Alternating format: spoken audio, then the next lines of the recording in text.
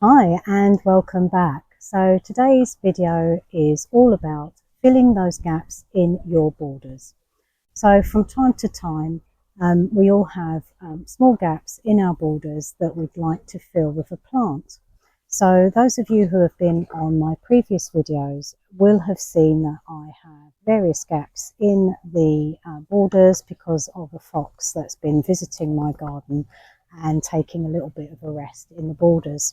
And he's been flattening some of the plants. So that's created gaps. I've also just got natural gaps, so where things have died back and I haven't replaced those plants. So I've been out and I've bought some plants with that in mind. So these plants have been specifically chosen to fill in those gaps. Now I've got quite a few areas in my garden that need taller plants and some that need smaller low level plants. So I'm going to go through each one in turn.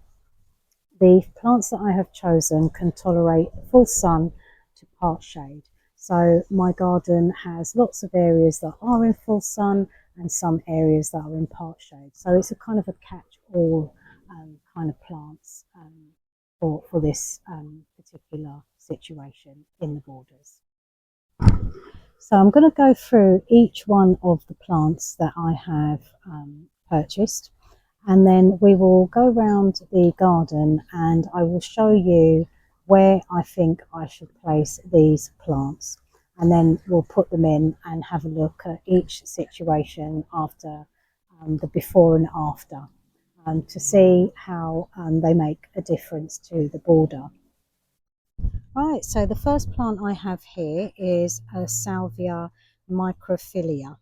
So I will put up the full Latin name on the screen because I try my best at Latin names and I don't always succeed. So this particular one has creamy white flowers with on a long stem. So I think this is more or less the height that it's going to spread to. So it's a 50 by 45 centimeters here, and the actual flower, I can just show you here, is really delicate pale yellow with peach here on the, I think it's the stamen. Really, really beautiful plant. Now, this particular salvia in the past that I have bought a number of these before, they do sometimes not come back. So I've taken to digging them up in the winter and placing them back in the pot and then putting them somewhere frost free in an unheated area that will keep them a little bit more protected. And then I plant them back out in the spring. So I will do exactly the same thing to this one. So that's the first plant that I have been out to buy. Really pretty. Now, the problem with these salvias is they come in lots of different colours, and I also bought this one, this salvia, and this one is Reggie's Joy. Again, I will put up the name of this particular variety, and this one has got two-tone pink colours. I will also try and take some cuttings from these. I'll see how I get on so that I can have some spare plants next year. Now these ones, this one here gets to 60 times 60 centimetres, and this one here is 50 times 45. So this one will get slightly taller. Now I also have these two salvias. One is a purple colour which is already flowered, so I will cut some of these back and hopefully I'll get a second flush. Now the purple one, this was a gift. It's a Caradonna, this one. I'll just show you the label. That's what it looks like when it's in full bloom. And then I also, as a gift, someone gave me this salvia here. And both of these get to roughly 50 centimetres tall. So this is a good plant for midway to the front of the borders. So that's the first set of plants. So this is the Echinacea purpurea Magnus. So a very popular plant.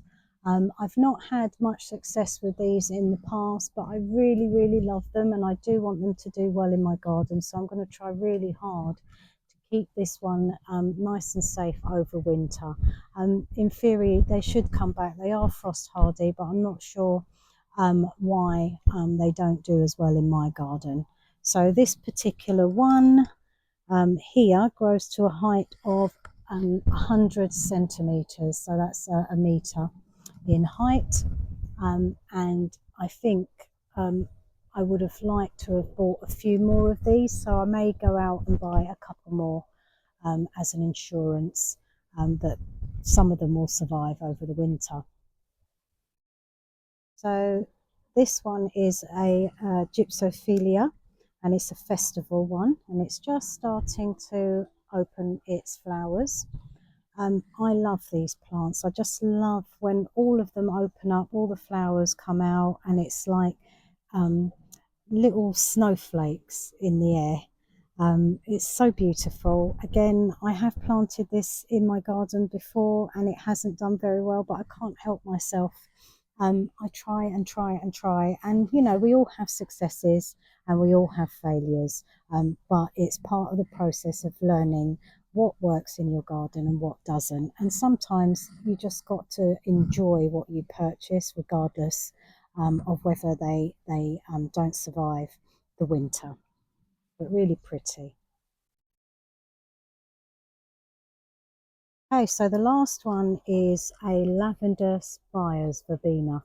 I've had this for a while now in the pot, and I really do need to plant this out. I have moved it around to various situations in the garden, and I now know where I want to place it. But I'm going to show you the various areas that I thought of placing it in. So let's get to it. Spot number one in my sunny border. So I had thought to place the lavender spires here, but I think it is just too busy, so that's no good. Spot number two, again, nice, tall, very pretty there, so that could work. Okay, spot number three. So this is the spot that I thought it would look really beautiful. Um, it may not work, but it is in partial shade at the moment, but as the sun goes round it will become a little bit more sunny here. So that's I think the spot that I most enjoyed it. Okay, spot number one for the echinacea. I do really like it here, however it would look so much better if there were a number of them in that area there. I think it would look absolutely fantastic, but there's one area I want to show you very quickly to see if you agree with me. Okay, so there is the echinacea in the middle of all these flowers here, and I really love it there. I do like it in the first spot. It's really hard, and I think if I go out and get a number of those, I could put it in the first spot, but I think this one on its own would be perfect there. It ties in beautifully with the phlox pink, the same sort of shade there in the middle. So I think that's where I'm going to place it.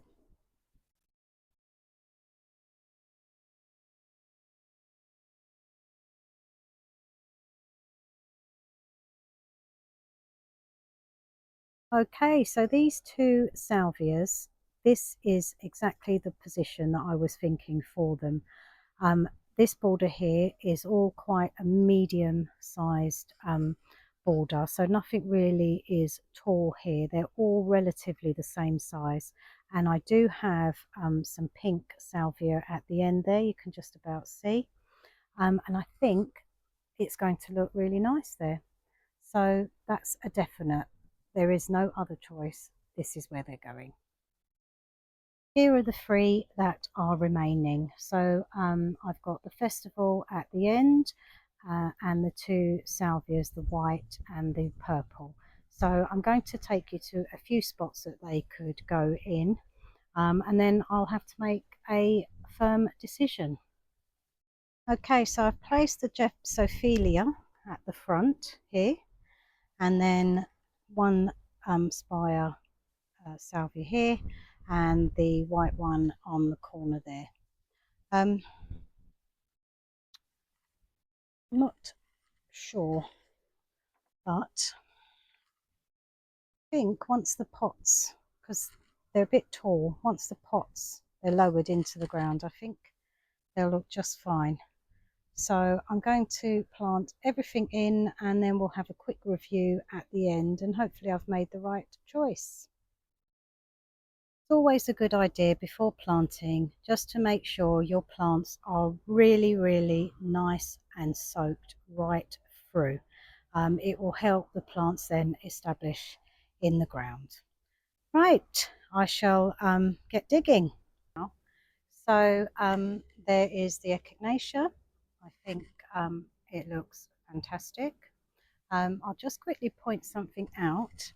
I have been notoriously bad at keeping labels, so I have placed the label at the end of a chopstick and then put some sellotape or masking tape all the way round, so that it keeps it as waterproof as possible.